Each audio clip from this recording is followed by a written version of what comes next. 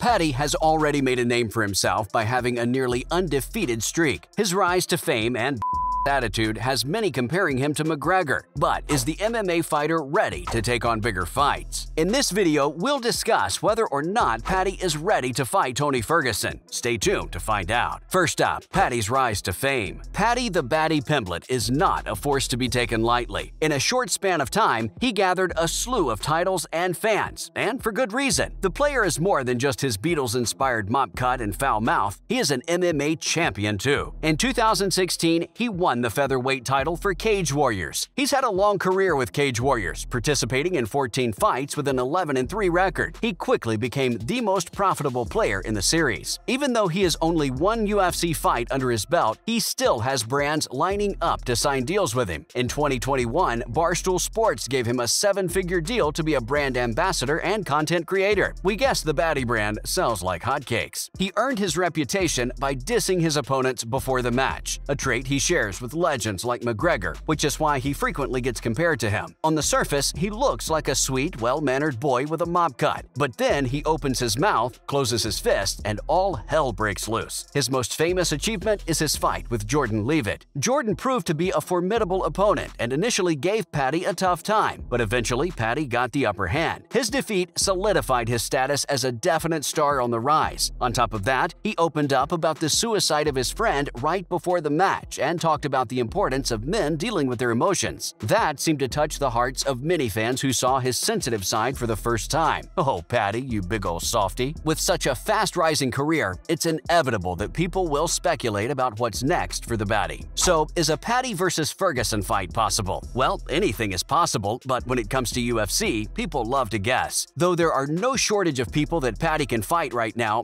fans are demanding a fight with Tony Ferguson. Despite Paddy being much newer to the game, his submission win over Jordan Leavitt has proven that he is a fighter to be feared. That's why people keep asking him to fight Ferguson. Paddy has some thoughts on the matter. According to him, it is definitely a possibility, but it requires a massive raise. For him, it's all about the money. If he were to fight a top 10 contender, he would require top dollar for it. He says he plans to get on a new contract because he would want at least 6 figures to fight Ferguson. Well, take our money, Paddy, but just make it happen. Who else could he fight? Paddy is the fastest growing star besides Khamzat Chimaev. However, if he wants to build his brand right, he has to fight players with a bigger name than himself. That's why, besides Ferguson, he might be fighting these players next. On top of the list are Jim Miller, Clay Guida, and Matt Frevola. The Uber veteran isn't too big of a step up at this point, but the fight will for sure be entertaining. The 38-year-old is on a winning streak and is a fantastic grappler. He could potentially spell defeat for Paddy. Who knows, maybe the fight will be interesting. The Carpenter, Clay Guida, is well past his prime at 40 years of age, but he is still a formidable opponent. He's beloved by fans and has a tough-to-beat reputation. Such a fight will be perfect for adding to his roster. Steamroller Frevola is one of his best bets at this point. The man is a seasoned UFC fighter and a big step up from his current status. Beating him would undoubtedly propel him to new heights, if he's willing to take the chance. Enjoying the news about UFC fight predictions? Stay tuned for news about your favorite MMA fighters. In other news, first, Cain Velasquez charged with attempted murder and other charges. On February 28th, Velasquez was charged with chasing and firing his gun at a car containing 3 people. One of these men was Harry Goularte, accused of sexually assaulting Velasquez's 4-year-old son. However, the bullet hit Goularte's stepfather, Paul Bender, instead. Goularte was out on bail at the time. In a private meeting in the Santa Clara County District Attorney's Office, Velasquez pleaded not guilty to the charges. He's still awaiting bail as of now. The case is tricky because his son's sexual assault case is already an ongoing investigation. There's disagreement about whether evidence like audio evidence of his son's description of the assault can be permitted to the court for his defense. It's also a juvenile safety, hence the court is extra sensitive about the matter. This case sounds truly horrible, and all we can do is offer our love and support to Velasquez and his family. Next, Israel Adesanya is ready to fight Alex Pereira at UFC 280. Before joining the UFC, Adesanya faced 2 humiliating defeats at the hands of Alex Pereira. Since then, in, he's been waiting for vengeance. Well, looks like his chance is finally here. The UFC middleweight champion announced that his title defense is scheduled on November 12th against his old foe. After losing to him 2 times already, he is determined that the 3rd time will be different. The past was part of Pereira's story and glory, but now the future is up for his taking. His determination comes from the fact that the previous losses happened during kickboxing events. However, MMA is different, and the last stylebender is considered one of its best. The secret lies in the gloves, according to him. You can't hide behind the big gloves or block the way you can in kickboxing. You can use your elbows and knees. You have to think on your feet and fast. You're vulnerable, and that's how he likes it. Look out, Pereira. A few punches are coming your way. The last stylebender has been an unbeatable force in the 185-pound division since signing with the UFC in 2018, racking up 12 straight wins in the weight class. The secret is he never shies away from a fight. He always picks the guy no one wants to fight, the guy that scares people off. He runs towards fire and conquers it. That's his philosophy against Pereira as well. In his own words, he will slam that bitch. He has nothing but praise for him though. Usually the fighters give up after the 1st or 2nd round, choosing instead to be defensive. But Pereira is one of the greats. He's actually going to bait him, draw him out, and try to finish him. But he isn't afraid. Every time someone brings him the fight, he raises the bar. He knows how Pereira fights and is ready for him this time. Well, this is the first time we've seen someone excited about getting beat up, but we'll admit, the match does sound mega entertaining. Finally, Anthony Smith says the doctor is confused by his weird leg break. Anthony Smith broke his leg in a fight against Magomed Ankalaev at UFC 277. The number 5 light heavyweight lost by the 2nd round in a total knockout. Smith found himself in a terrible position underneath Ankalaev, who mercilessly continued his ground-and-pound assault. Eventually, the referee stopped the fight and Smith was carried out. Now, reports of his injury are confusing doctors. He got kicked in the 2nd round and his leg went numb from the knee down, but it came back and he didn't think anything of it. Shortly after, their legs got tangled up again and he tried to move back with his leg, but there was nothing there. It was numb again. Smith says the UFC doctor Jeff Davidson had not seen anything like it in his 30-year career. It's a medial malleolus break. The place of injury is so unique that doctors are confused about how to heal it. 2 bones are broken and one can't heal until the other goes back into place, but that will take weeks. It's not your typical combat sports break at all. Smith will go into surgery but will not return to the octagon soon. The earliest we can expect to see him is in 2023.